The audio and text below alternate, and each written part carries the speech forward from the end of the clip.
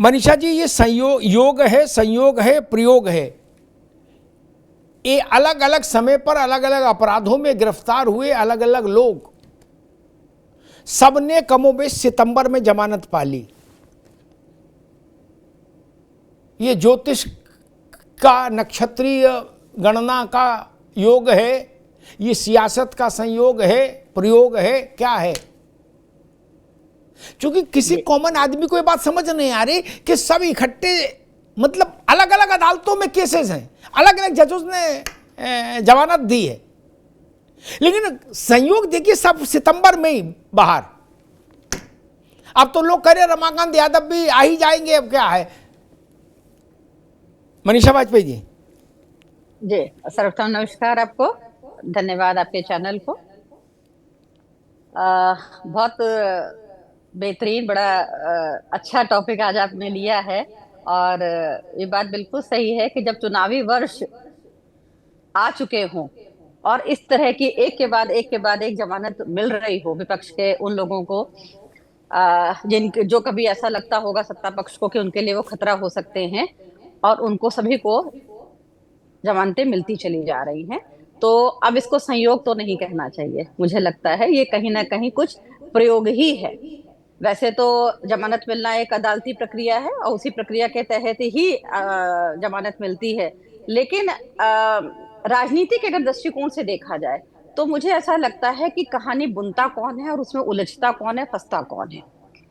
अगर ये कहानी बुनी गई है सत्ता पक्ष के द्वारा कि चलिए एक ब्रीदिंग स्पेस मिल जाना चाहिए, किन्हीं भी कारणों से अगर ये लोग अंदर थे तो अब एक इनको जमानत का मतलब हो गया, आपको सांस लेने की एक स्थान मिल गया, एक जगह मिल गई।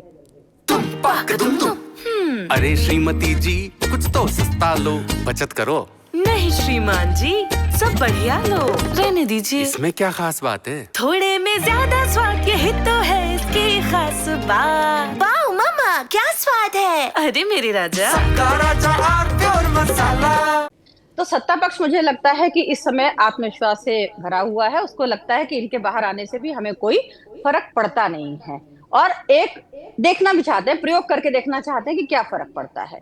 अब दूसरी तरफ आता है विपक्ष। विपक्ष ने क्या किया, ये क्या मैसेज दे सकते थे और क्या मैसेज नहीं दे पा रहे। इन्होंने अवसर की तरह इसको, मुझे लगता है, कैश करने में थोड़ी सी एक लापरवाही बढ़ती है या एक निरुत्साह दिखाया है। इनके बहुत बड़े बड़े नेता बाहर आए हैं, लेकिन मुझे लगता है कि डर सत्ता पक्ष को ना होकर के विपक्ष को हो गया है कि अगर ये अंदर थे तो शायद हमारे लिए ज्यादा अच्छे थे, क्योंकि हम एक सिंपैथी गेन कर रहे थे इनके अंदर रहने से। बाहर आने पर क्या है कि इन्होंने, एक तो पहले जब ये लोग अंदर थे तो कोई भी ऐसी जमीनी इन्होंने आंदोलन नहीं किए, कोई ऐसे प्रयास नहीं किए कि ये लोग बाहर आते। और बाहर आने के बाद आपने इरफान सोलंकी जी को भी सुना, आजम खान जी को भी सुना, इन लोगों ने ये नहीं कहा कि हमारी पार्टी की जीत हुई, हमारी पार्टी के अथक प्रयासों से हम आज बाहर आए हैं। इन्होंने अल्लाह को जो है शुक्रगुजार वो हुए और अपने परिवार वालों के लिए शुक्रगुजार हुए या अपनी विधानसभा के लिए हुए। तो अब बात यह है कि विपक्ष है, ये इसको एक अवसर क्यों नहीं बना पाया, उनको बाहर आने पे इसको एक राजनीतिक उत्सव की तरह उन्होंने नहीं लिया। तो मुझे ऐसा लगता है कि विपक्ष इस अवसर को अभी उतना इनकैश नहीं कर पा रहा है, और जो सत्ता पक्ष है वो अपना एक निडर दिखा रहा है कि ये लोकतांत्रिक प्रक्रिया के तहत अंदर थे और इनके अंदर रहने से, बाहर आने से हमें कोई फर्क नहीं पड़ता, हम अपना काम कर रहे हैं और काम के कारण हम वापस आएंगे। ठीक है मनीषा जी, डॉक्टर दुबे के पास चलूंगा। दुबे जी, आप लोगों से जब हम कहते थे कि भाई फलाने तो जेल में है तो उसमें ये क्या करें सरकार वाले, तो आप कहते अग्निहोत्री जी आप भी, अरे सरकार ही तो जमानत नहीं होने देती है, इन्होंने अंदर भेजा, ये जमानत नहीं होने दे रहे। और आपके जो बड़े नेता थे, आप तो यहां रुक जाते थे, आपके बड़े नेता थे वो और आगे छलांग मारते थे, वो कहते थे अदालतें भी तो भाजपा की उसमें हैं, जेब में। तो ये बात जब ननकू को के सामने रखी गई और रज्जाक के, तो वो तो पागल हो गए, बोले भैया अदालतें भाजपा की जेब में और जमानत आजम खान को, उल्टे बांस बरेली को। तौकीर रजा अंदर गए, बात समझ में आती, लेकिन आजम बाहर आ गए। और अखिलेश जी और राहुल जी कहते हैं अदालतें क्या है, अदालतें तो भाजपा की जेब में है। दुबे जी अब ये बात एटा इटापा हम कैसे समझाओगे? टीवी समझा भी लो, मान लो जो गुड्डू वहां छोले कुलचे बेच रहा है इटावा में, उसे कैसे समझाओगे कि रामेश्वर जोगिंदर कैसे बाहर आ गए? क्योंकि आपने तो कहा था कि भाजपा ने इनको अंदर भेजा और भाजपा ही बाहर नहीं निकलने दे रही। तो अब ये भी तो कोई कह सकता है कि कुछ भाजपा से बातचीत हो गई है टॉप पर कि भाई हमने 10 की लिस्ट भेजी, बोले ये 10 नहीं लेकिन 8 निकाल देंगे, ऐसा कुछ सेटिंग गेटिंग है क्या? दो जी कुछ तो गड़बड़ है। एक सीरियल आता है ना जिसमें वो कहता है कुछ तो गड़बड़ है दया। दुबे जी बोलूं? जी बिल्कुल, जनता आपको सुनना चाह रही है कि क्या गड़बड़ है, ये तो पता लगे जी। नहीं देखिए, निश्चित तौर पे तो ये तो विदित है, सर्वविदित है कि भारतीय जनता पार्टी भी कांग्रेस की पद्धति पर काम कर रही है अमुक चीजों में। जैसे आपको भी शायद याद होगा, हमने भी पढ़ाई है, हम जो पढ़ी है वही बात बता रहा हूँ कि अगर उस समय इतना डंका था इंदिरा जी का, जिसको चाहे उसको वो चीफ जस्टिस बना दें, तो ये तो मामूली चीज है। तो भारतीय जनता पार्टी की जो सरकार है उसने भी वही पैटर्न अपनाया है, चाहे वो सीबीआई का मामला हो, ईडी का मामला हो, न्यायालय का मामला हो। लेकिन उसके बावजूद भी मैं ये कहना चाहता हूं कि पांचों उंगली बराबर नहीं होती। अगर हाई कोर्ट हो, सुप्रीम कोर्ट हो या कोई भी कोर्ट हो, हर जगह ऐसा नहीं हम कह सकते हैं कि हर कोई दबाव में आके ही डिसीजन ले लेगा। ये मेरे लिए, मेरी पार्टी के लिए अच्छी बात है, अच्छा संकेत है कि कम से कम हमारे नेता निकल के आ रहे हैं, सबको जेल से बाहर आ रहे हैं और अपनी राजनीति करेंगे। निश्चित तौर पर ये हमारी पार्टी के लिए अच्छा है। और जहां तक मोहतरमा ने बोला कि पार्टी खुश, पार्टी के लिए किसी ने भी कुछ नहीं कहा। अरे भाई मैडम, हम क्या करेंगे ये हम सबको जग जाहिर थोड़ी नहीं करेंगे कि हम ये कर रहे हैं इनके लिए। कुछ चीजें ऐसी होती हैं जो पर्दे के पीछे होके ही रह के ही काम किया जाता है, इसमें दिखाने की जरूरत नहीं होती है। लेकिन खैर ठीक है, हमारा उद्देश्य, हमारा पूरा पार्टी एक परिवार है और हम निश्चित तौर पे अगर हमारे पार्टी का कोई भी व्यक्ति दुखी होता है तो निश्चित तौर पर कहीं ना कहीं वो असर पड़ता है, इसमें कहीं कोई दो राय नहीं। इससे हमारे लिए नहीं, सबके लिए है। अब बात जो आप कर रहे हैं कि इधर एकदम लगातार हो रहे हैं, संजोग है क्या है? देखिए, कई महीनों में पकड़े गए भैया, एक मिनट, कई सालों में पकड़े गए और एक ही महीने में सब बाहर आ गए। अब ये बात मुझे ये समझ में आ जाए। ये अगर आप अगर कुदरत को मानते होंगे तो इसको कह सकते हैं कि कुदरत है, क्योंकि आपने देखा होगा कि जो हवाई जहाज जला था अहमदाबाद में, उसमें एक व्यक्ति बच भी गया था।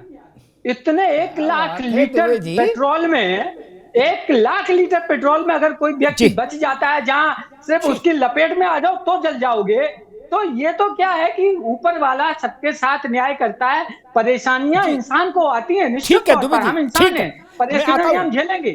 ठीक है दुबे, दोबारा आता हूं मैं, दयाराम भार्गव जी के पास चलूं, फिर एसएन सिंह साहब के पास। लेकिन एक दो बात कहूंगा भाई, ऊपर वाला भी गजब छुट्टी के मूड में था। उसने कहा अपने सेक्रेटरी से कि अरे सपा की सारी फाइलें ले आओ यार, हैं इसी सितंबर में क्लियर करनी है, बाकी कोई काम ही नहीं। बोले सपा की ले आओ, बोले बाकी पार्टियों के, बोले बाकी नहीं यार सपा वाले लाओ। Okay granted. खैर एक बात मैं सपा दुबे जी से कहूंगा कि ये अल्लाह की मर्जी से छूटे, आपके मुताबिक ऊपर वाले के करिश्मे से छूटे हैं, ठीक बात है, मैं इस पे प्रतिवाद नहीं करूंगा, क्योंकि ईश्वर तो ईश्वर है। आपने कहा 1 lakh litre high speed fuel में भी आदमी बच जाता है, ठीक बात है। लेकिन अगर ये जो 5, 6, 7 छूटे हैं और रमाकांत छूटने के उसमें हैं, देहरी पर हैं, अगर ये मान लीजिए 2, 4, 5, 10 दिन में इनमें से फिर अंदर जाने लगे और ग्रह गोचर बदल जाए, तब आपको इतने ही कूल होके, ठंडा ठंडा कूल अंदाज में कहना होगा इस मंच पर कि अमिताभ जी काय को बने, क्या है इसमें, कुछ नहीं, कौन लाया, क्या लाया, कौन ले जाएगा साथ, प्रभु की कृपा थी, आ गए, प्रभु की कृपा से अंदर चले गए। तब ये नहीं चलेगा कि अरे भाजपा वालों ने षड्यंत्र किया है। तब आप इतने ही कूलली ये स्वीकार कर लीजिएगा सार्वजनिक मंच पर कि ठीक है, लाई वो है ना, लाई हयात आए कजा ले चली चले, चले अपनी खुशी ना आए ना अपनी खुशी चले। क्या फिर ये बोल देना शेर, हम सैल्यूट कर लेंगे कि भाई आपका धार्मिक भाव मजबूत है। तब ये न कहिएगा कि नहीं यशवंत सिंह ने जेल भिजवा दिया दोबारा से। भार्गव साहब, कई बार कुछ ऐसी घटनाएं हो जाती हैं, जो बात दुबे जी कह रहे, हो सकता है वही हो, अलौकिक हस्तक्षेप हो, ये डिवाइन इंटरवेंशन जिसको हम लोग बोलते हैं। लेकिन ये बात पडरौना में, कुशीनगर में, आजमगढ़ में, बबेरू में कैसे समझ में आएगी आम आदमी को? वो कहे भैया सबकी सब सितंबर में छूट गए हैं, इसके पीछे कछु है नहीं।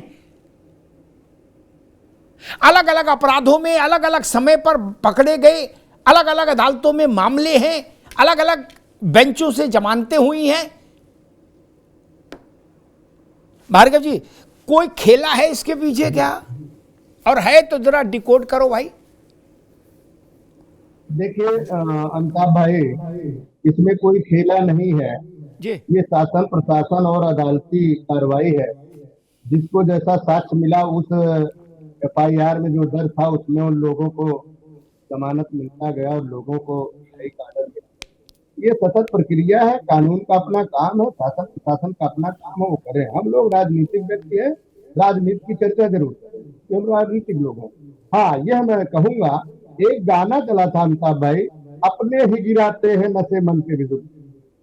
तो आज समाजवादी पार्टी के बड़े प्रमुख नेता अखिलेश यादव जी आजम खां को बड़े नेता मानते ही नहीं है। अगर मानते तो उनसे मिलने जरूर जाते, अब तक मुलाकात नहीं हुई। दूसरी बात, अगर हम पटाक्षेप की बात करें तो इरफान सोलंकी इस अंदाज में जो छूटे हुए व्यक्ति है, किसी ने नहीं कहा कि सपा के मुखिया के द्वारा, समाजवादी कार्यकर्ताओं के मेहनत के द्वारा हम लोगों को जमानत मिली, हम जल्द गए, किसी ने नहीं कहा। जो भी निकल के आ रहा ऊपर वाले का ही नाम ले रहा है। इससे ये सत्य है कि उत्तर प्रदेश में अखिलेश यादव अपनी हिटलरशाही से अपने बड़े पुराने गद्दावर नेता, जिन नेताओं के कहने पर 4-4 बार सरकार बनी, तो अखिलेश यादव जी उन्हीं लोगों की अनुकंपा पे सरकार में सरकार बने, मुख्यमंत्री बने, सरकार चलाई। लेकिन वास्तव अखिलेश यादव उत्तर प्रदेश में आज अपने बड़े नेताओं को आपने बिल्कुल कितना सा छोटा सा बना के रख दिया, जो गद्दावर ने। अब बात आती है कि राजनीतिक की, अगर हम देखें तो चाहे गायत्री प्रजापति रहे, याद करिए उन पे बलात्कार का मां बेटी का आरोप लगा, लेकिन मिलने स्वयं जो है मुलायम सिंह यादव गए। यह उदाहरण के तौर पर राजा भैया मायावती के शासन काल में पोता लगा और जेल में थे, जैसे सरकार बनी मुलायम सिंह ने उनको जैसे रिहा करने का आदेश करवाया, तो जाकर के स्वयं अपने को भेजने का काम किया, मिलने का काम किया। लेकिन आज की डेट में समाजवादी पार्टी का कोई बड़ा नेता शिवपाल चचा जी है, राम गोपाल यादव जी है, तो दूसरे नंबर के सपा में सबसे बड़े नेता माने जाते हैं, राम गोपाल माने जाते हैं।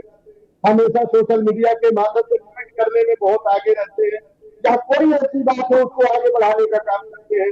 तो क्या राम गोपाल यादव को ये नेता जो है समाजवादी पार्टी को नहीं दिखाई देते हैं? क्या समाजवादी पार्टी के लिए ये लोग कूड़ादान हो गए हैं? क्या समाजवादी पार्टी को ये वोट नहीं दिला सकते, या उनकी राजनीतिक द्वंद्वता को खत्म करना चाहते हैं? यह विषय और यह प्रश्न तो उत्तर प्रदेश के 75 जिलों में आएगा कि जो व्यक्ति पार्टी को आगे बढ़ाने का काम किया, उसको मूवमेंट को बढ़ाने का काम किया, 4 बार। ठीक है भार्गव जी, मैं इसका उत्तर दुबे जी से सोच के रखेंगे। ठीक है दयाराम जी, अभी रुकना होगा। अरे श्रीमती जी, कुछ तो सस्ता लो, बचत करो। नहीं श्रीमान जी, सब बढ़िया लो, रहने दीजिए। इसमें क्या खास बात है? थोड़े में ज्यादा स्वाद, यही तो है इसकी खास बात। वाओ मामा, क्या स्वाद है। अरे मेरे राजा, राजा और प्योर मसाला।